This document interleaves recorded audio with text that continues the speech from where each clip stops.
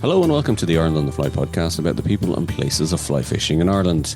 You may have seen the recent campaign and news stories about the disappearance of Sprat from our coastal waters and the government's unwillingness to do enough. But what has it got to do with me if I'm an angler and only interested in freshwater, you might be asking? Well, in the current environmental climate, pretty much everything.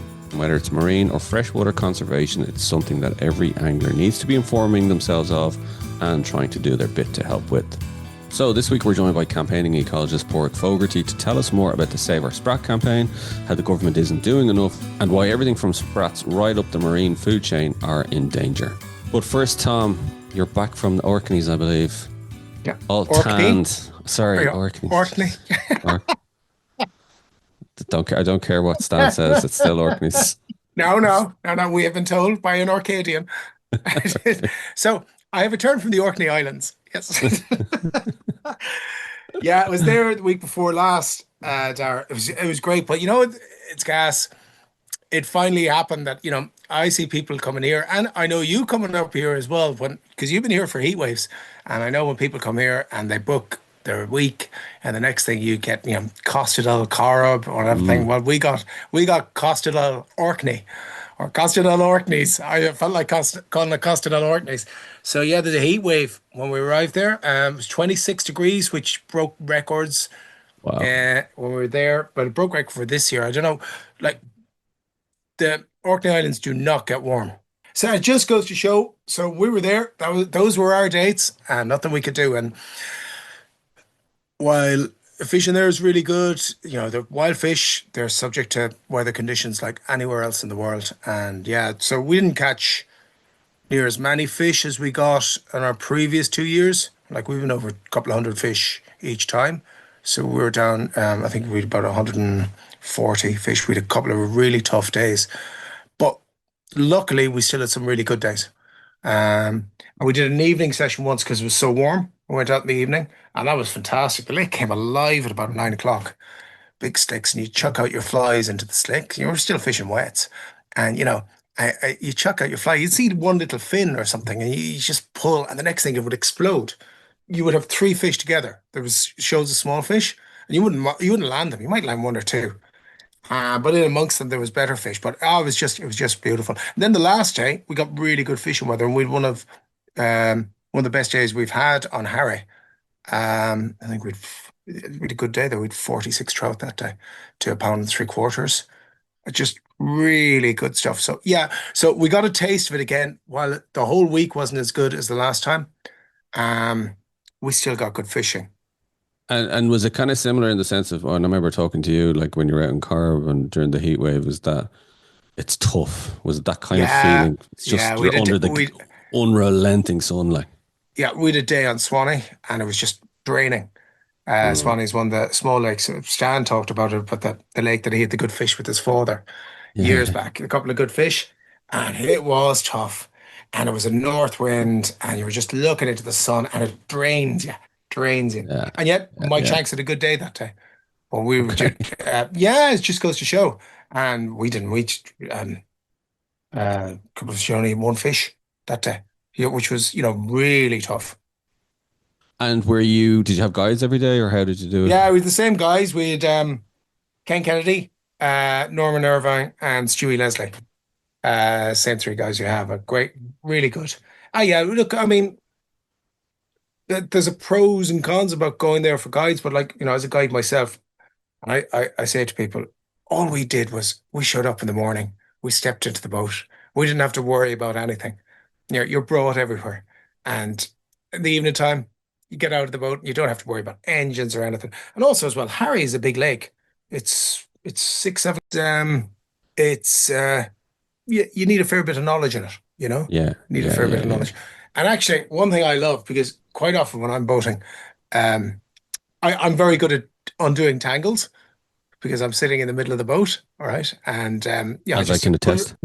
Well, yeah, yeah. So, I do them out, and it's what you do, but it's also easier. If somebody hands you a tangle, right? They can hold Mm. the rod and the wind, and it makes more sense. You get some guys, no, I'll do it myself. And actually, you do it in double the More time, do it efficient, like, out. yeah. Yeah. Yeah, it's the way to do it. You can play that line out and you do it quick. So, um, I do get tangles. And when I get one in the Orkney, I would hand it back to whoever. Let's say it's Norm in the middle. And when he's undoing the tangle, I just look at him and I go, Norm, you don't know how much this means to me. You're probably It's getting a tangle on great. purpose just to Yeah, see what it feels just like. to do it. Yeah, but no, it was really good. And I've said it before, and for the time we did it, for anybody who likes classic loch style wet fly fishing, it's Mecca. It Were you really doing is. wets the whole week? Yeah, that's all you know. Oh, I caught a fish on dries one morning. Wind dropped on board house, and we saw quite a few sedge. And went in and got quite a nice fish on board house on little chocolate drop that I'd use here for the Welsh Brand spotting. And yeah, but then, you know, you catch on them, but you know, it's because the wet fly is so active, right? Mm, You're pulling, you're tumbling. You've seen fishing under the flies, you know, you pull, you know, and the next thing it tightens, it explodes. It's, you know, it's just chock a block action. So, you know, mm. it's wet flies. It's wet flies, Jim, but not as we know it. You know? So yeah, you just stick back to it. You know, it's like I know from people who do wet flying here, let's say, sometimes it can be a bit of a slog, go through a whole day, maybe rising 4 or 5 fish. You But know, when you if know it's you're tough. getting action, When you're getting action, it's fantastic. And really think we notice as well, when you're getting that much action, this is really interesting. And when you're moving a lot of fish, you can find that there is an actual difference between different rates of intermediate lines. wow, that's interesting. Yeah. Yeah, but you see, like let's say if you take it here, the sample data we have here sometimes, like if you're only rising, let's say 10 fish a day, can't be sure. But when you're rising so many fish there, it was one day that Mike was on a slow intermediate and Kevin Kerrigan was on faster intermediate, right? And Mike was rising more fish than Kevin, but Kevin was hooking them all. So, and immediately Mike just switched to the same line, faster intermediate, and immediately bang, bang, bang, hooked the next fish, the next three The fish. difference. The difference, yeah. Yeah. Whereas when you're out here, you know, and it's, you know, half an hour between your rides, you go, Yeah. well, I'll hook the next one. Yeah, exactly. You don't, like you say, you don't have enough data to go on or Yeah, that's it. Yeah. yeah. Yeah. That's So, very interesting. no, it's good. So came back here then and straight back in here. Carbis fishing fairly decent. Is it? Yeah. What's the Yeah. Well, we had our hospice competition then last week. I came back on the Sunday. The hospice competition was the following Saturday. So to give you an idea, we had 64 odds out. Uh, a shout out to Basil Shields and Paul Boyle won it. It's teams competition, and they had 14 trout and 64 rods. We had 32 teams fishing at 64 rods at 149 trout, 2.3 average. wow. And Brilliant. another thing as well, because we do it, we count every fish over 12 inches, 30 centimeters. It's catch and release competition. And the old limit, and I've always said this before, you see, I don't like the limit being 13 inches. No, nothing to do with fish stocks or anything, but what it does, it puts into people's mind that a fish of 12 and a half inches isn't worthy It's not because a it's keeper. not a keeper. Yeah. Yeah. Yeah. Whereas years ago, it used to be 12 inches. So anything over 12 inches in somebody's mind was a keeper. So Yes. that's my beef with it. I think because most people are throwing their fish back now anyway. I don't think it makes a difference. But for that competition, so it was a 12-inch limit. And it just goes to show, you know, the amount of fish. I remember before working it out when we do it, at one stage, I think there was nearly 25% of the catch was between that 12 and 13. So, you know, so it bumps up the figures. And to be honest, yeah, some of the 12 and a half inch fish here, they'll give you a good run for your money. You know, you whack them and you're playing them. Next thing they come in, you go, wow, jeez, I thought that fish was a lot bigger, you know? But actually, before we get into the good news, let's just maybe cover some of the bad news, and then let's finish on the good news. Yeah, Uh, yeah, yeah. so another fish killed this time in Loch Sheelan, Yeah. which has been put down to the weather conditions. Is that right? Been put down to high water temperatures. As we from what we know so far, it's been put down to high water temperatures. Now, I've heard different figures.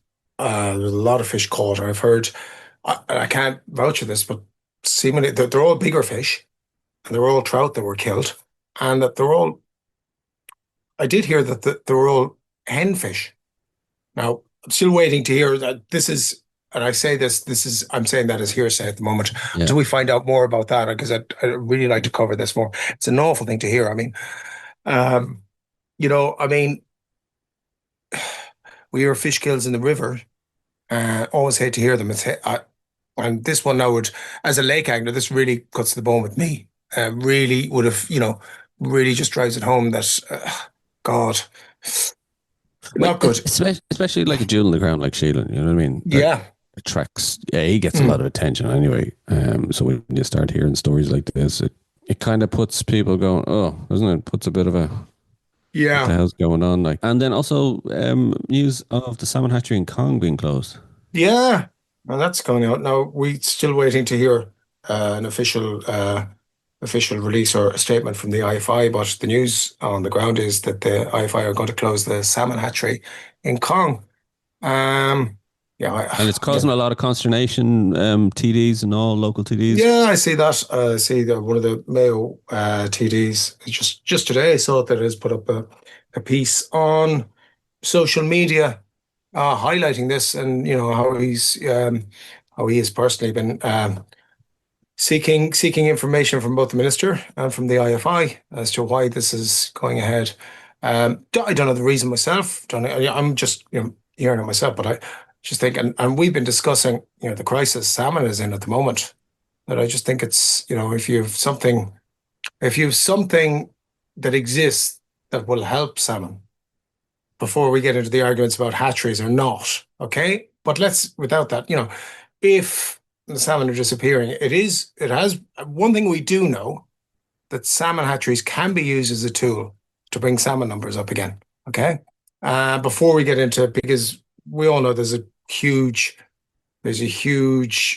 debate out there going on about, hatcheries, the pros and cons, whether they do anything. But um, salmon are in, as we know from this podcast this year, in dire crisis there.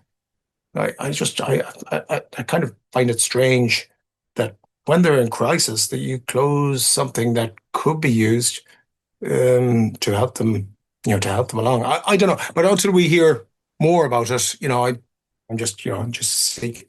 It just seemed to catch people unawares, wasn't it? It was very Yeah, sudden. very much so. Yeah, yeah, Yeah, very much yeah, and I so. think that's kind of if you know anything about policy and strategy, you leak it well in advance so that when by the time it actually happens, Yes. the air has been taken out of the sail, so to speak. Like, Yeah, yeah. so yeah, You parachute it, isn't it? Something like exactly. that. Yeah, Fly yeah, the kites. You fly the kites. That's yeah, why you start to yeah, see the budgets. They start flying the kites around yeah, from August on about the budget. Like, so by the time the budget comes around, there's no surprises. So people are like, oh, yeah. And okay. that's it. Oh, yeah, sure. I knew Um, that. I knew that. yeah, I knew that. Sure. What's the big Did you deal? not Like, know that? Yeah, yeah.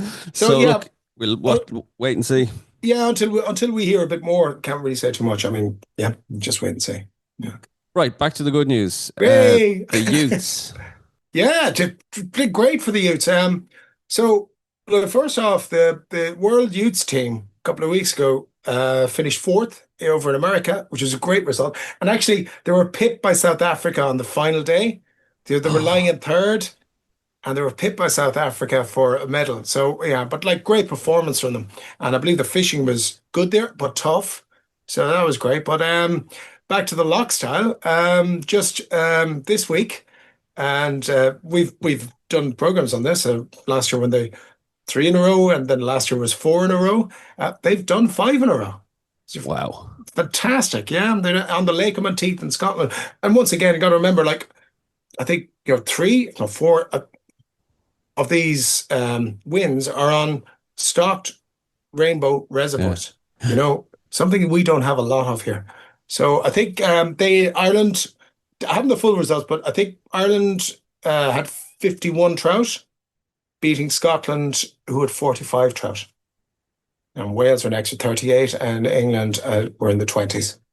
Yeah, but it was absolutely great. I mean, fair play to so Dennis and Julie, who we both had on the show, and they were involved as well. And there was a few others in the coaching team as well. But I think it's just brilliant. It Is really it? is. Yeah. Yeah, Between fourth of the world's, five in their own, the locks. Jesus, yeah. it's the future is bright for them. So well done. It really is. It really is. And it's the thing I found out lately. We've been on before about getting youths into angling, and I've talked to a lot of. I've been lucky enough over this summer. I've brought out a couple of kids with their parents. Okay. And two of them have said to me, what they've found is, by going into club and doing a competition, it enables them to find a like-minded person and make friends with them Yeah. that they don't get in their own locality because Yeah. not a lot of the other kids are fishing. It's their So peers. So, yeah, the peers aren't, and that's we know that because there aren't as many fishing. But what the things like the competition scene is doing, it's enabled them to meet people their own age who are into fishing and become friends with them. yeah. You Definitely. know? Yeah, it's a very good way of looking at it. Yeah, It's like any kind of hobby that's not GA soccer or rugby, shall we say. yeah, yeah. You know what I mean? That Mm, you join that and meet your like-minded tribe, and mm, and obviously the numbers are smaller, but do you know what? Fair play to Dennis and Julie and the coaches and yeah. the support and the funding and everything else. And the parents are driving them and everything else that goes Yeah, into it. yeah, yeah. A So lot has to go into it. yeah, brilliant. Fair play. Well done. Mm, Right. So I suppose look, we'll get back to this week's guest, Padraic Fogarty, because we did want to find out more about the disappearance of the sprat from our coastal waters. As we mentioned, I'm sure a lot of you might have seen the campaign that was going on, the stories, the influencers, there was posts on Instagram. It got a lot of good publicity around it, and obviously then the government introduced measures. So we wanted to find out more about that, and also what's happening in the marine, the coastal waters, is not just what affects the sea anglers, fishermen, onshore boats, anything like that. This goes right up the ecosystem, the entire chain, the freshwater, like Tom, as you mentioned, the sprats being eaten by sea trout. You mentioned yeah, that during the interview. yeah. So this affects freshwater as well, and this is why I think it's so important to find out more and to kind of keep our finger on the pulse of what's happening out in the marine, the coastal waters, because it does affect us all. So it's really important. So Padraic Fogarty, as I said, he is a campaigning ecologist. He was very involved in that campaign, and he gives us a really interesting insight into pretty much ecosystem collapse is what, or the danger of the ecosystem collapse Mm. is what he warns us about. So, well worth listening to. And I first asked him about I suppose, the pressure that was put on the government to do something to protect our marine species. Yeah, so from the autumn of 2026, trawling boats that could be bottom trawling or seine trawling, so that'll be trawling nets through the water column, will be banned from fishing within 6 nautical miles of the coast. I think it's good news. It's been a very long road. I can tell you, I remember myself probably over 10 years ago talking to boatmen about the issues, particularly around sprat. Sprat is a small shoaling fish that is a very important food source, particularly for whales and dolphins and so on, but also seabirds and bigger fish and all kinds of things. And sounding the warning about the overfishing of sprat that was going on 10 years ago. I think it was 2018, the government brought in a ban on the trawlers, and we thought that was great news. And then that was overturned in the courts. A couple of fishermen brought the case to the High Court, and so the ban was overturned. And then we've been waiting ever since for something to happen. So finally, something has happened. I think the question arises, though, is well, I mean, a few questions arise, but I mean, the big one is, will this deliver benefits for marine wildlife? And the jury is out on it, to be honest, because there are also small boats fishing for sprat in the same way. There are no quotas for sprat. An awful lot of it is going for fish meal. Uh, and if it's just a case that the small boats are going to catch what the big boats were catching, well, then it'll deliver nothing. So, I mean, really, what we're waiting on is proper management measures for our marine environment. And your listeners may know there's the common fisheries policy. It's kind of European Union stuff if you go far out to sea, but the bit around the shore within 6 to 12 nautical miles of Ireland is within the power of the Irish government to do something about it. And we see very, very few measures in this area for good management of fishing practices and other practices indeed. So we're still waiting on that bit. The Sprat issue, I think, is fascinating because it kind of shines a light on the whole ecosystem, nearly, doesn't it? in the sense of like, and again, I think of kind of say the media stories that arose, like there was the one down in Cork about the whale watching company having to close because of the lack of sprat, and they're saying that they're moving more northerly because of the warming waters. Is it a bit of that as well as the overfishing that's going on? Like, I know, is it hard to quantify in terms of is it overfishing versus, climate change?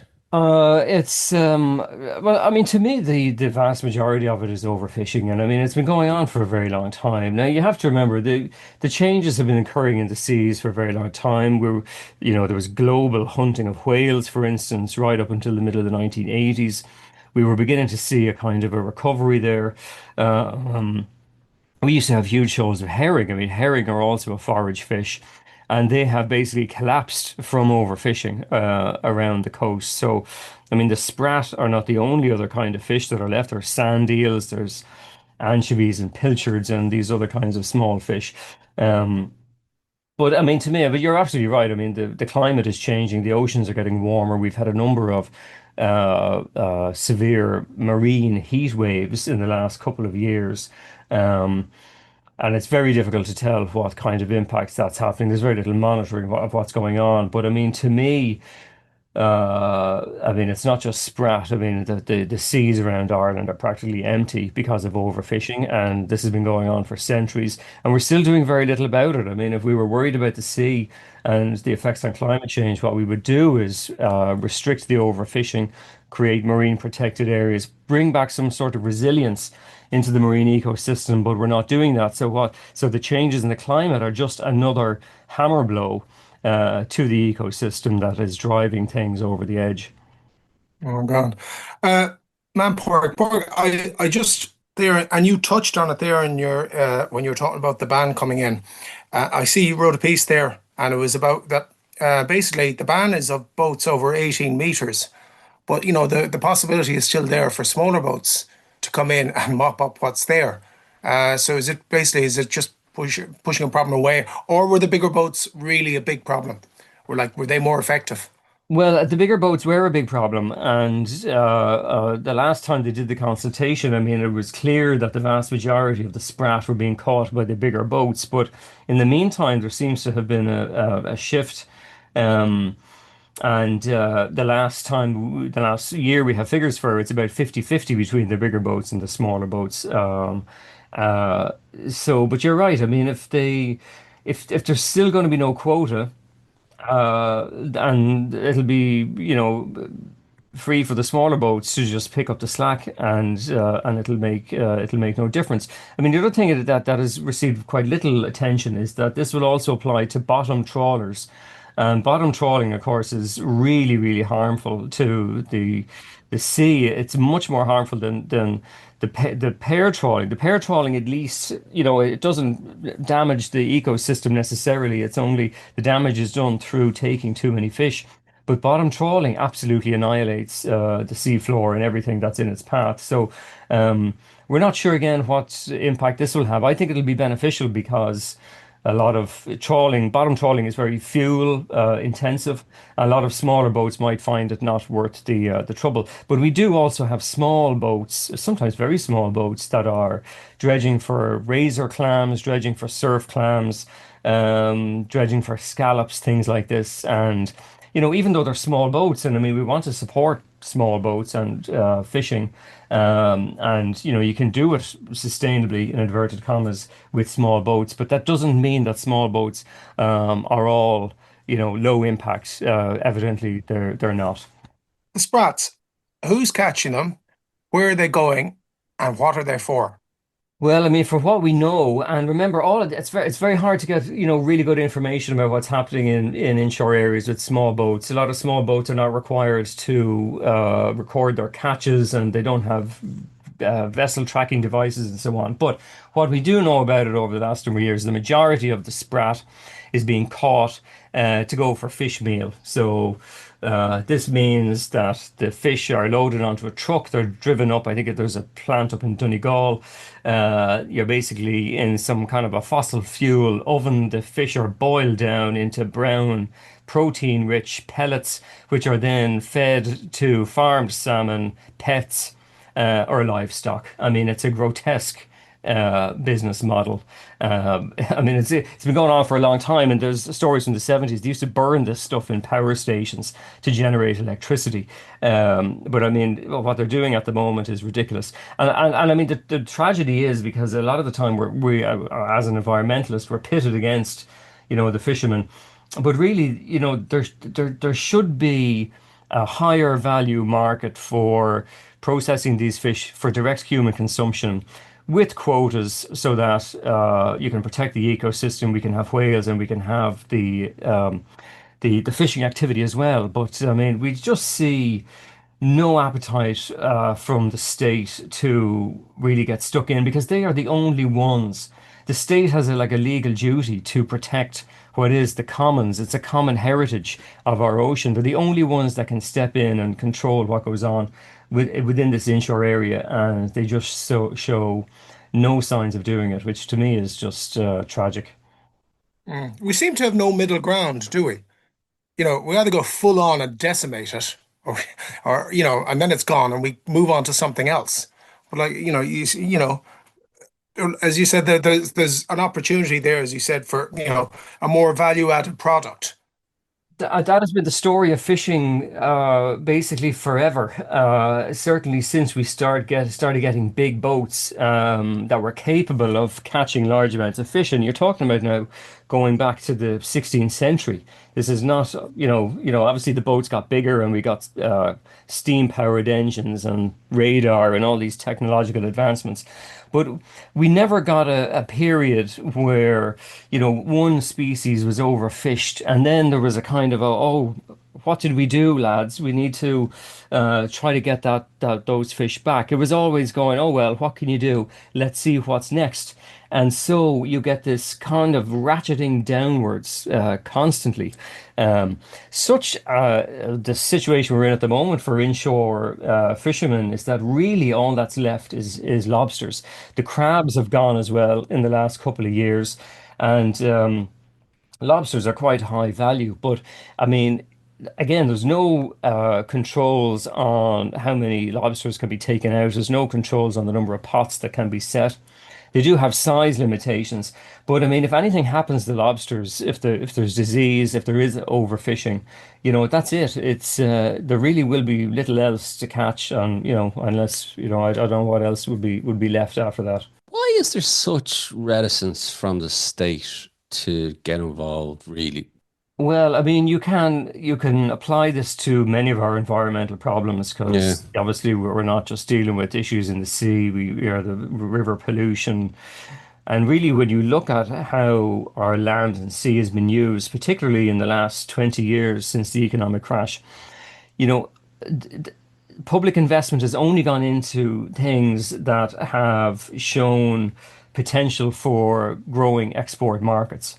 Therefore, we have seen huge amounts of public money go into supporting and promoting dairy farming, for instance.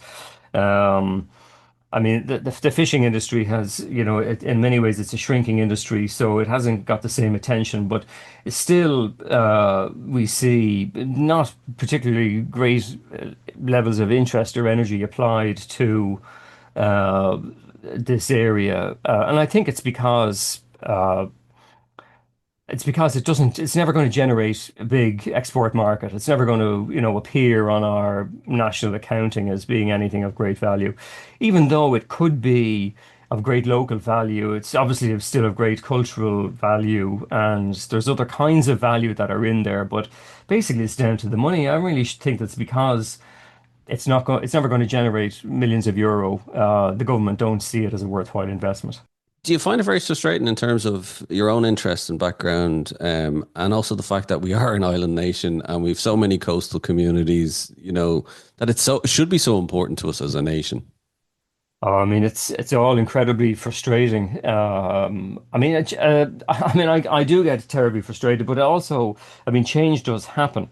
But the problem is when change happens is like we saw with the trawler ban. It takes nearly a decade for anything to happen, and then when it does happen, it's kind of only a half measure. I mean, I do hold out a hope that there is a shift in awareness in the country about what has happened to nature generally, to the state of our environment.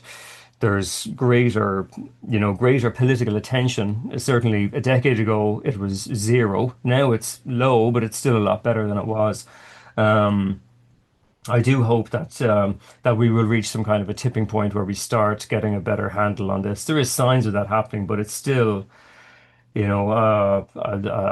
still baffles me sometimes why, a little bit of energy, a fairly minor amount of investment from the state. And remember, people don't want necessarily the state, being involved completely. They just need the structures in place so that local communities and local cooperatives or whatever could get on with the rest of the work. But there's still so much that needs to be done. Even the easy things that could be done are not being done. So there's an awful lot of fighting still left, I think, to address these problems. Like I think a lot of time it's just you just kind of go just do the right thing. It shouldn't be that hard doing the right thing.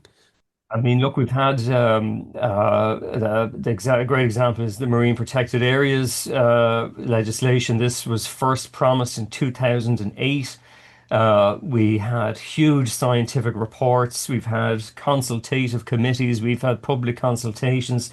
We've had years of talking and promises about doing this, and it seems we're nowhere near near doing it. And like every other country is getting on with it. So like we are, no other countries are not perfect. They all have similar problems, but I mean Ireland is way behind on all this stuff. I just want to bring it back to the Sprat because I think it's kind of a nice kind of example to kind of follow for people because I think part of the problem is what's the consequences further up the food chain from the lack of Sprat? Well, I mean, I think what we're facing at the moment is total ecosystem collapse in the waters around Ireland, and people might think that's a very drastic way of putting it, Mm. but I mean that is what we're looking at. As I mentioned earlier, put it in the context of the collapse of cod, the collapse of whiting, the collapse of the herring, the continued overfishing of mackerel. There's no serious numbers of mackerel in inshore areas anymore. So the entire ecosystem is being hammered from every direction. Seabirds, we know one of the biggest problems facing seabirds is lack of food. And they're also being hammered by avian flu. Um, the whales now are starving, and we never had a very big whale population to begin with. Um, you look at pictures from the South Antarctic where there are pods of fin whales, like with maybe 1,000 whales in them, and it's just spouts as far as the horizon.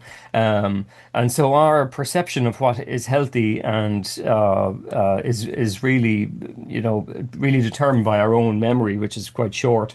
We know the sea used to be far more abundant. So, I mean, when you put all this together, the picture, including the plastic pollution, the acidification, the pollution from the runoff from land, the super trawlers that are out at sea, and now climate change, which is upending everything. I mean, it's really not a pretty picture for the ocean.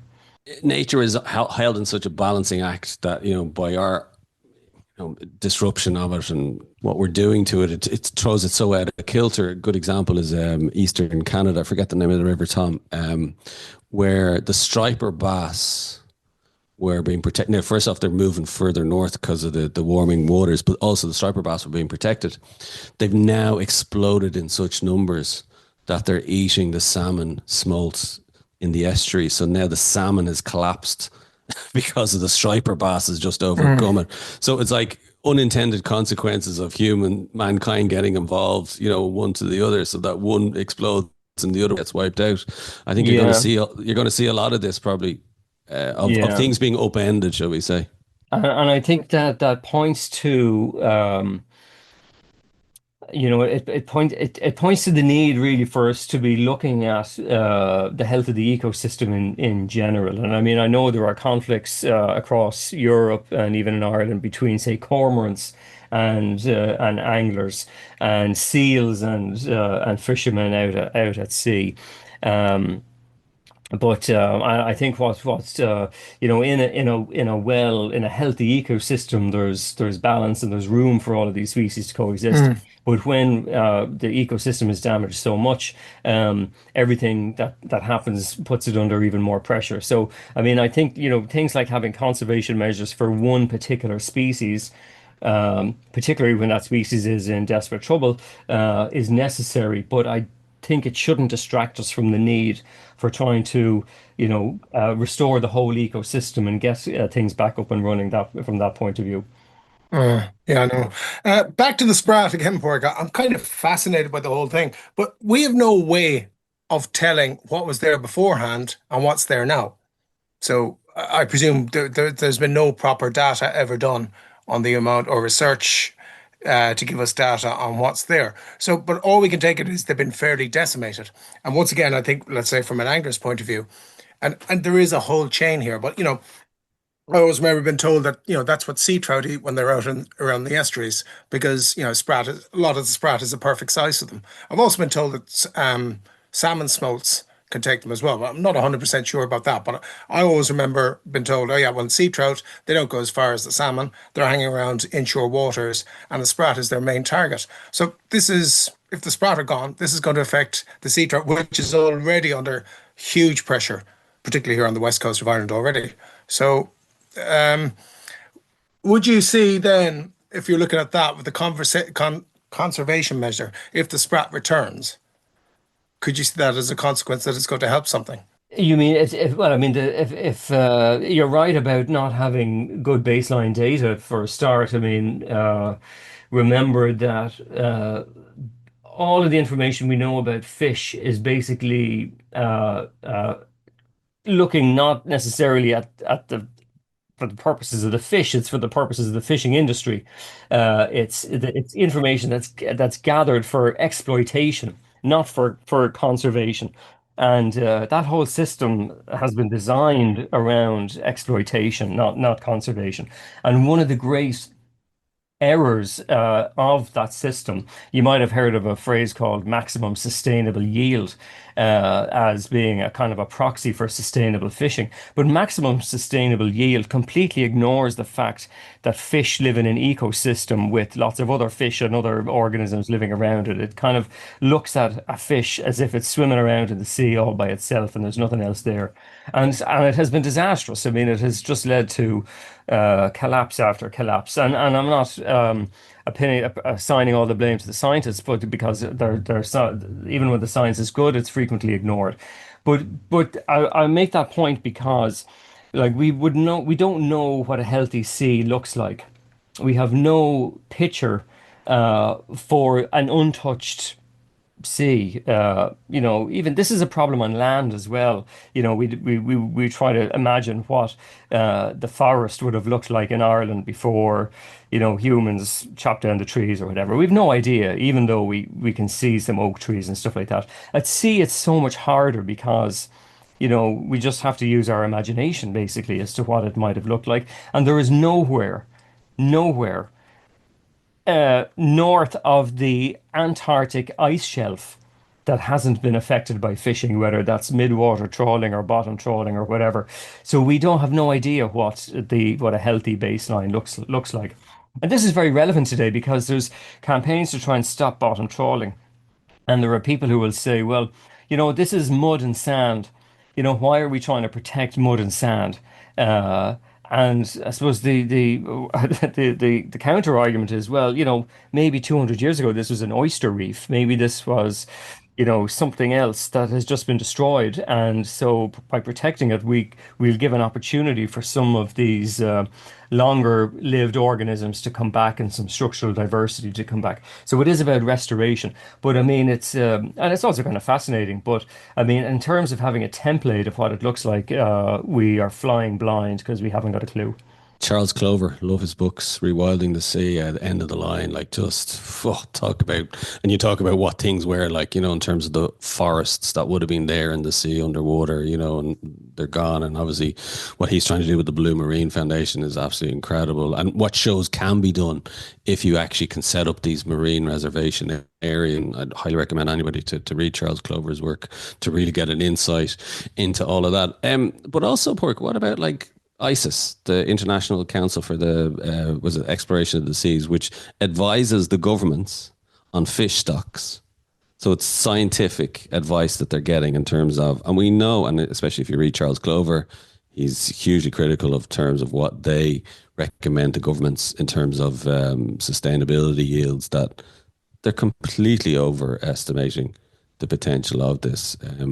Like, and again, it comes back to if you have bodies like ISIS that are, you know, people hugely critical of them on the work that they're doing. It's just you kind of blind leading the blind here. Yeah, I think ICs deserve a certain amount of criticism. I have spoken to some of their scientists in recent years, and I mean, you will find it hard to find any that will still defend that system around maximum sustainable yields and all of that stuff these days. Um, I think what they would say is that there is another way of going about business.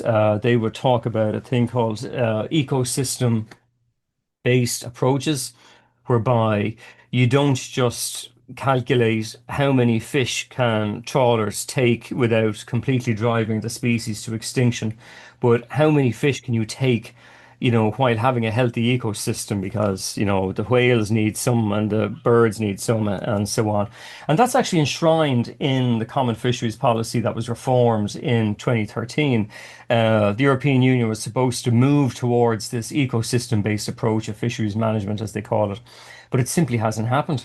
Um, and there's lots of other things in the Common Fisheries Policy that would be great if they were implemented, but I think probably because of lobbying pressure from the likes of bottom trawler associations and super trawler associations, that they have maintained the system as it is, pretty unchanged. And I mean that it's quite a depressing story, because the Common Fisheries Policy also said it was going to end overfishing by 2015, and absolutely by 2020 at the very latest. So that's obviously 5 years ago. When that didn't happen, they were taken to court, including by an Irish NGO, and it went all the way to the European Court of Justice. I was really optimistic at that point that this was going to stop, that the court was going to find in favor of the NGOs and say, actually, ending overfishing means ending overfishing.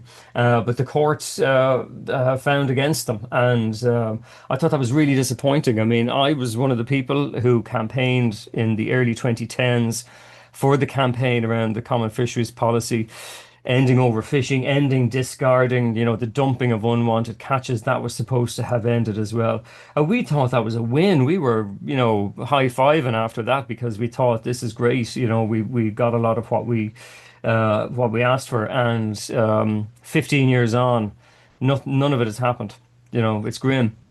And that's where, like, I don't want to be all doom and gloom on, and we kind of said at the start, you kind of need the government, you need the state to get involved to really enact the change. And yet we're kind of admitting, do you know what, even when they come to common fishery policies, that says one thing, they actually do another. And even when you go to the ECJ, you're still going to end up just banging your head off the wall. I find it hard to try and look at the glass from a half empty perspective, unfortunately. I would say is actually, sorry, just to get over that, read Charles Clover's latest book in terms of rewilding the sea. That shows the potential of what can be done when you do have marine reserve areas that are protected. And it is absolutely fascinating to see. Can I ask, Pork, let's just give people, from an angling background, or our angler listeners who be listening, they might know of you. What's your own background and, your own involvement in all of this? So I studied environmental science, and maybe early 2000s I started volunteering. I worked for the Irish Wildlife Trust, which is non-governmental organization. I was chair of that for a number of years, and then I went on to be their campaign officer. We were working on everything from forestry and farming to bogs and water pollution and national parks and fishing. I also wrote a book around that time called Whittled Away, which um, I kind of wrote because I didn't feel people really. I don't think the story had been told about just how hammered nature has been in Ireland, and so that was a story I wanted to get off my chest.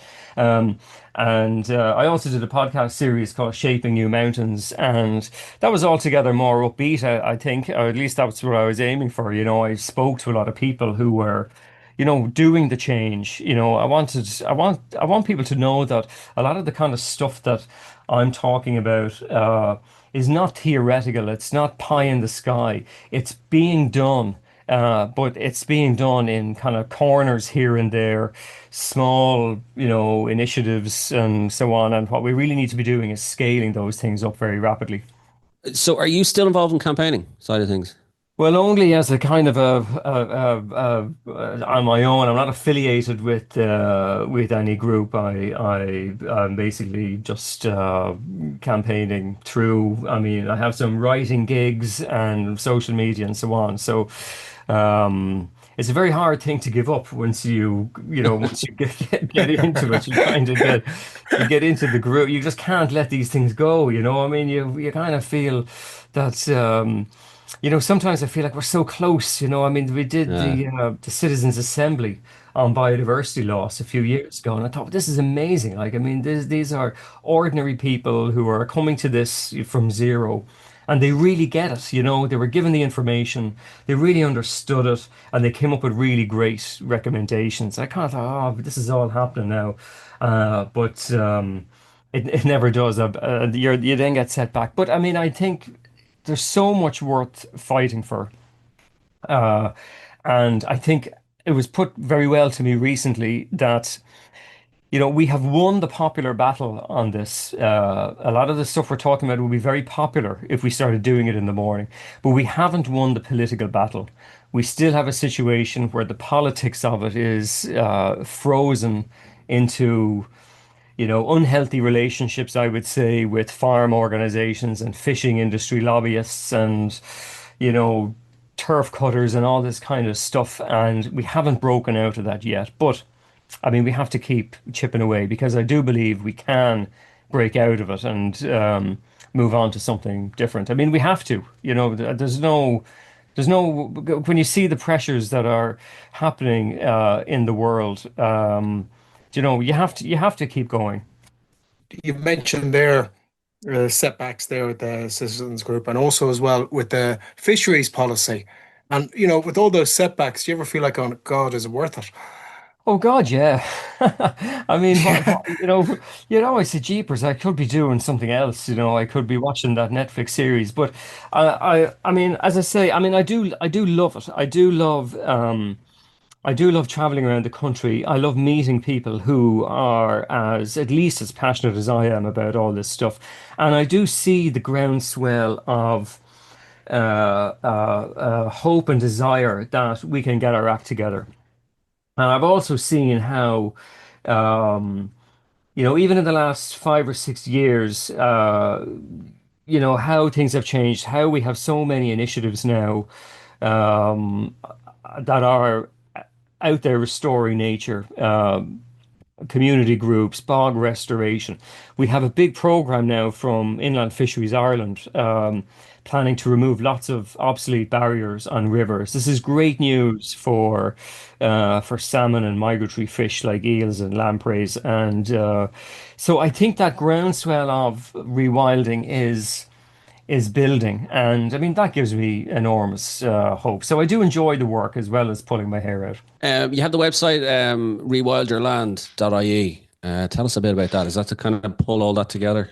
So this came about because when I was working with the Irish Wildlife Trust, we were promoting rewilding as a policy solution to a lot of our problems. We wanted to see farmers get paid for rewilding the same way that they get paid for rearing sheep and cows. And rewilding, I think, is a very popular idea. We were getting a lot of phone calls from landowners to say, "I really want to do this rewilding. How do I do it?" But you can't just give an answer over the phone. You have to spend time with the landowner. You have to see the land and so on. So when I left the Irish Wildlife Trust, I thought, well, this is something that I could do. I spend quite a lot of my time traveling around the country anyway. Um, and so it's basically a free service for people who own land and want to rewild it. I go with the landowner, we walk the land, we talk about, what the landowner wants to get out of it. Sometimes we come away going, okay, rewilding isn't the thing for this place or for this person. Um, and then sometimes there are obstacles in the way for rewilding. So we are trying to figure out ways around those obstacles. Um, it's not that I feel that rewilding is, the only game in town. There's lots of ways to bring nature back.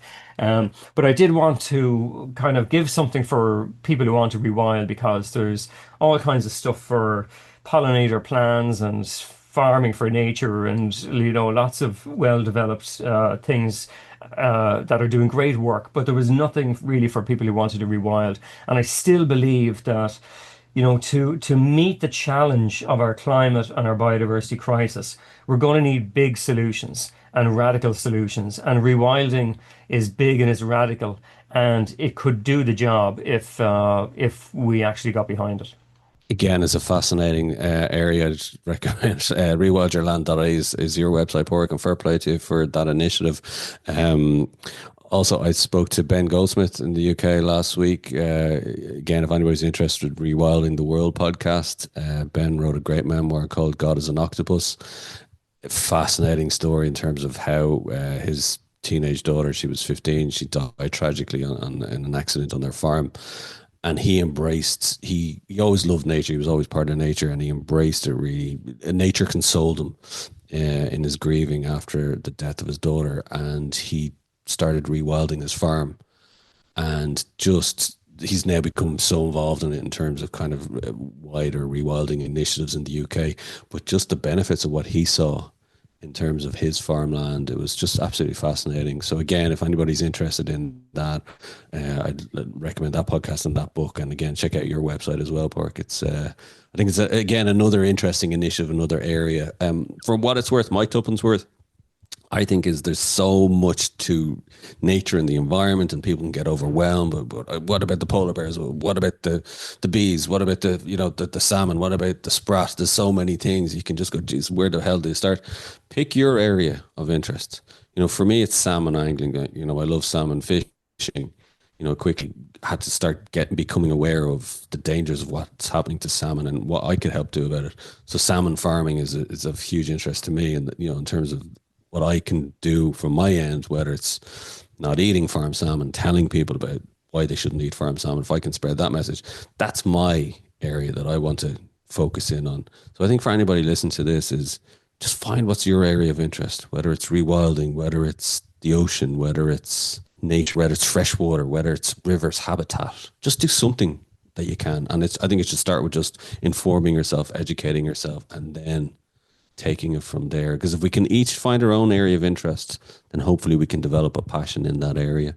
Totally, absolutely. So that was a long-winded way, I think, to say thank you, Paul, for your time. I think it's been absolutely fascinating. I myself and Tom like doing these episodes, and becoming increasingly more common, where we're just trying to help inform people and make them aware of some of the nature conservation issues that are going on, what needs to be done, and how people can help. So I think it's been brilliant chatting to you. And Well, as you said earlier on, Dara, what has happened this year, Pork, is quite often we try and split it between a bit of sea angling, but it's mainly between salmon and trout. I'm more of a trout man, but Dara's more of a salmon man. We have the occasional tiff about that, but we talk again afterwards. But this year with salmon, unfortunately, it hasn't been good news and what to do and where to go to get salmon. It's been all bad news. And it's, you try and, you know, be upbeat about it, but it's very hard because all the reports that we're getting back, all the data that we're hearing and all the conferences are coming back, and it's it's depressing. It's really depressing. And so we've sort of veered off on a bit of a tangent from angling to do cover things like this. And this is why it's really interesting chatting to you. And, people, we get a lot of anglers and they say, well, what are you doing that? That doesn't really affect me. But, I touched on it there. And that's why I mentioned to you about the sea trout. And that affects me, and, as you know yourself, Morgan, you're telling us there's such complicated, and I can't think, but just a complicated chain around everything. And, take one of those links away and the whole thing can fall asunder. It's just been, this year, it's just not all a bit about angling. And that's why it's really good to talk to you and hear about things like that. Just, you got to keep fighting the fight, really, isn't it? Absolutely, yeah. Nice to talk to you guys. Our thanks to Padraic for joining us on the show. And don't forget to rate, review and follow the Ireland on the Fly podcast on Apple, Spotify, or wherever you get your podcasts from. And myself and Tom will be back with another episode about the people and places of fly fishing in Ireland.